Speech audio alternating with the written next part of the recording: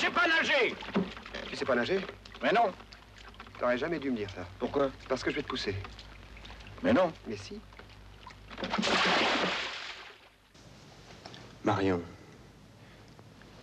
Oui. Tu n'imagines quand même pas que nous allons faire l'amour tous les deux? Non, pas automatiquement. Tu es lucide, je vois clair. T'as besoin de changement. Une autre gueule, un autre épiderme, une autre paire de couilles. Alors là, les couilles, je vais te dire, j'en ai vu suffisamment comme ça. Alors, comment tu la sens? À l'anguille ou pas à l'anguille? À l'anguille, pas de doute. Alors, si t'es à l'anguille, c'est que t'es heureuse.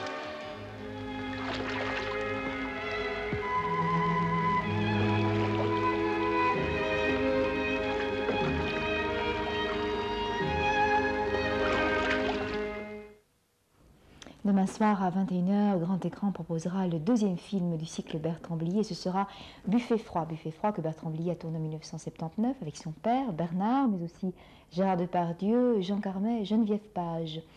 Un film plein d'ironie, de sarcasme, un film d'humour noir, bien noir, comme les histoires que raconte la série de même couleur. C'est donc demain à 21h. Je vous rappelle que vous ne reverrez pas ce soir l'émission Ciné-Musique consacrée au compositeur Claude Bolling. Cette émission est reportée à plus tard et bien sûr vous serez avertis en temps utile du jour et de l'heure de cette diffusion. Nous allons donc à présent rejoindre le studio de JT Dernière qui, je vous le rappelle également, sera suivi d'émissions politiques, les chrétiens dans la vie sociale. Mais tout de suite, à vous, René Thierry.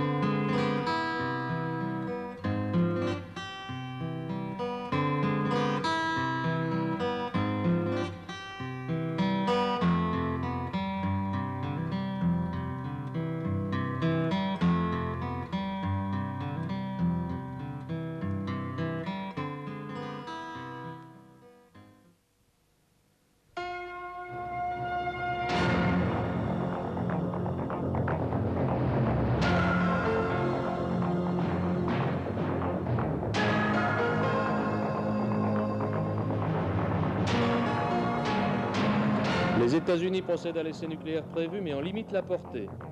Quant à Ronald Reagan, il traite le colonel Kadhafi de chien enragé.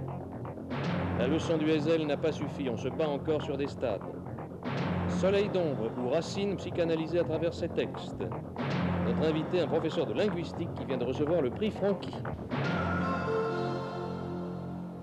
Mesdames et messieurs, bonsoir. En effet, l'information des plus récentes, c'est avant-hier que Marc Wilmet, professeur à l'Université libre de Bruxelles et à son homologue néerlandophone, la VUB, a été proclamé lauréat du prix Francky, un prix récompensant des chercheurs belges mais décerné par un jury international. Marc Wilmet, vos travaux portent avant tout sur le français du XVe siècle, mais vous vous intéressez aussi à la langue de notre temps, puisqu'on trouve parmi les titres de vos travaux, ces titres, la poésie de Georges Brassens, faut-il apprendre l'orthographe, terminologie ou jargon. Bref, nous serons donc avec vous dans quelques minutes à la fois aux sources du français moderne, mais aussi dans des problèmes qui intéressent le linguiste de notre temps, c'est-à-dire le bon maniement de notre outil de communication quotidien.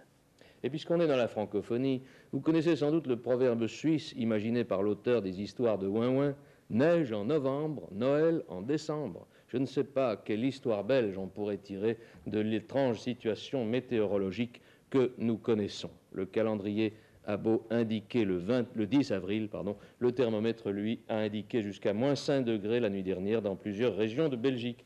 Les services d'épandage ont dû ressortir leurs produits destinés à lutter contre le verglas et il a neigé sur tout l'est de la Belgique. Ce n'est pas tout, certaines routes ont été coupées parce que le vent violent avait abattu des arbres.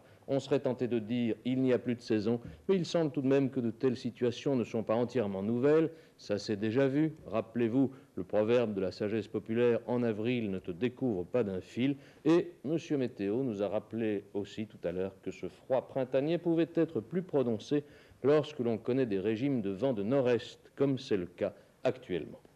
Ceci a d'ailleurs une autre conséquence, c'est que, il s'agit d'aéronautique maintenant, c'est que pour profiter de l'effet du vent de face, les avions de ligne qui se posent à Bruxelles National devraient atterrir sur la piste dite 0220 qui est orientée vers le nord-est. Pas de chance, cette piste est fermée à cause de travaux de réfection. Et les deux autres pistes qui permettent aux avions d'atterrir aux instruments les obligent soit à le faire avec le vent dans le dos, ce qui peut allonger considérablement la distance d'atterrissage, soit à aller atterrir ailleurs, dans un autre pays, sur un aéroport de diversion.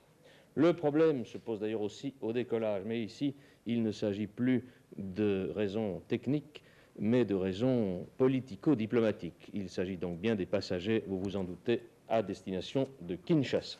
Les vols d'Air Zahir se font maintenant au départ de Paris, et la Sabena est toujours interdite de vol sur Kinshasa. Une solution est peut-être en vue.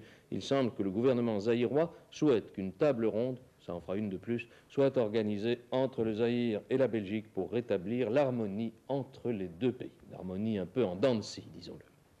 À Bruxelles, le conclave budgétaire se poursuit au sein du gouvernement pour tenter de trouver où grappiller les 200 milliards d'économies que le dit gouvernement souhaite. On pourra bien sûr discuter après coup pour savoir si on a bien réalisé ces économies là où il le fallait, mais leur nécessité est difficilement contestable.